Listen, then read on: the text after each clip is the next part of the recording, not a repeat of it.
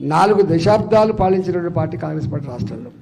కానీ ఎన్నడూ గొప్ప నినాదాలకు ల్యాండ్ ద టిల్లర్ ఓ నినాదం, లేకపోతే బ్యాంకుల జాతీయకరణ ఓ నినాదం, పేదరిక నిర్మూలన ఒక నినాదం తప్ప యాక్చువల్గా ఫలితాలు తెచ్చింది చాలా తక్కువ.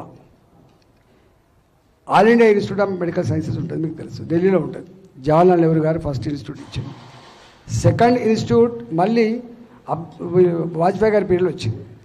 థర్డ్ ఇన్స్టిట్యూట్ మన్మోహన్ సింగ్ గారి పీరియడ్లో వచ్చింది. మోడీ గారు దూరదృష్టితో ఇట్లాంటి విపత్కరమైన పరిస్థితులు మా దేశానికి వస్తే ఇంత పెద్ద జనాభా ఎట్ట తట్టుకోవాలని చెప్పి భావించి మీరు all India institute of medical sciences 2014 వరకు మనకునే కేవలం 3.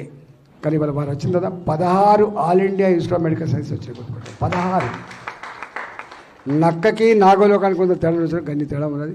కాబట్టి ఇవాళ వీళ్ళు ఈ మోడీ గారుతో పోటీ పడమనేది వారు 73 సంవత్సరాల వయసు ఉన్నప్పటికి కూడా ఒక యువకుల్లాగా స్పందించడానికి అనేకం ఉన్నాయి. నాకు ఒక ఆయన ట్వీట్ దానిలో పెట్టిండు సోషల్ మీడియాలో, మోడీ గారికి ఎందుకు ఓటేయాలని చెప్పి ప్రశ్న పెట్టి, మోడీ గారికి ఎందుకు ఓటేయానో అభినందన్ తల్లిని అడగమని చెప్పిండు. ఆయన అభినందన్ తల్లిని అడగమని చెప్పిండు. మోడీ గారికి ఎందుకు ఓటేయానో ఇస్రో శాస్త్రవేత్తలు అడగమని చెప్పిండు. మోడీ గారికి ఎందుకు ఓటేయానో జమ్మూ అండ్ కాశ్మీర్లో దేశ రక్షణ కోసం సియాచిన్ మంచు కొండలలో ఉండేటువంటి సైనికుల కుటుంబాలు అడగమని చెప్తుండే ఆయన.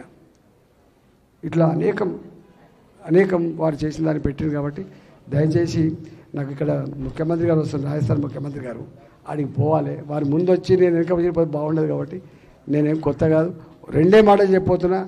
పొలిటికల్ లీడర్ అనేవాడు పైరవి కాదు. పొలిటికల్ లీడర్ అంటోడు రియల్ ఎస్టేట్ వ్యాపారి కాదు.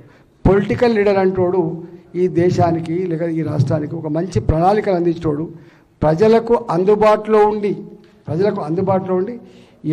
వాళ్ళు ఎన్నుకున్న దానికి రుణం తీసుకునే దాన్ని పనిచేసేటోడు తప్ప ఇలా ఈ డాబు దర్పం కోసం పదవి రాదు, అలంకారం కోసం పదవి రాదు, రియల్ ఎస్టేట్ వ్యాపారం కోసం పదవి రాదు. కాబట్టి పదవి దీనికోసం వస్తని నమ్మినోని నేను శ్రమను నమ్ముకున్నాను, ధర్మాన్ని నమ్ముకున్నాను, ప్రజలు నమ్ముకున్నాను. కాబట్టి ఈయన మా ఎంపీ అని చెప్పి మీరు ఎప్పుడైనా గర్వంగా చెప్పుకున్న పద్ధతిలో నా ఆచరణ నా పద్ధతి ఉందని చెప్పి మీకు హామీ ఇస్తూ సెలవు తీసుకున్నా. భారత్ మాతకి జై. రుణాలు ఇచ్చేంత వరకు మీద పడతారు, ఇచ్చినాక మాఫీ అంటారు. మాయమాటలు చెప్తే నమ్ముతారు, మోసపోయి ఏడుస్తారు. చూడు, ఇదే శివరాకరి. వచ్చే వారం ఇల్లు జప్తు చేసుడే. మనం మోసపోయినమే కౌసల్య. గత ప్రభుత్వం కారు వేసుకొచ్చి రుణమాఫీ చేస్తారని చెప్పి మోసం చేసిపోయా. ఈసారి గెలిచిన వాళ్ళు మొండి చేసి చూపెట్టే. అయినా మనం ఏమన్నా వాళ్ళని కాళ్ళ దిప్పమంటిమా లేక వాళ్ళ చేతిలో ఊరేగిమంటిమా? బ్యాంకు రుణం మొత్తం మాఫీ అంటిరి, పెట్టుబడి సాయం 15,000 అంటిరి, కూలీలకు కూడా 12,000 అంటిరి, మద్దతు ధర మీద బోనస్ 500 అంటిరి. ఏది తీరకపోయా ఎట్లా సచ్చేది? మనకిప్పుడు కావాల్సింది ఇట్లా అబద్ధాలు చెప్పి మోసం చేసేటోళ్ళు కాదు. మాట చెప్పిండంటే గ్యారంటీగా చేసే మోడీ. ఈసారి మాకు మోదీనే గ్యారంటీ. కమలం గుర్తుకు ఓటేద్దాం, బీజేపీని గెలిపిద్దాం. మోడీ మన అందరి నేస్తం, బీజేపీనే గెలిపించేద్దాం.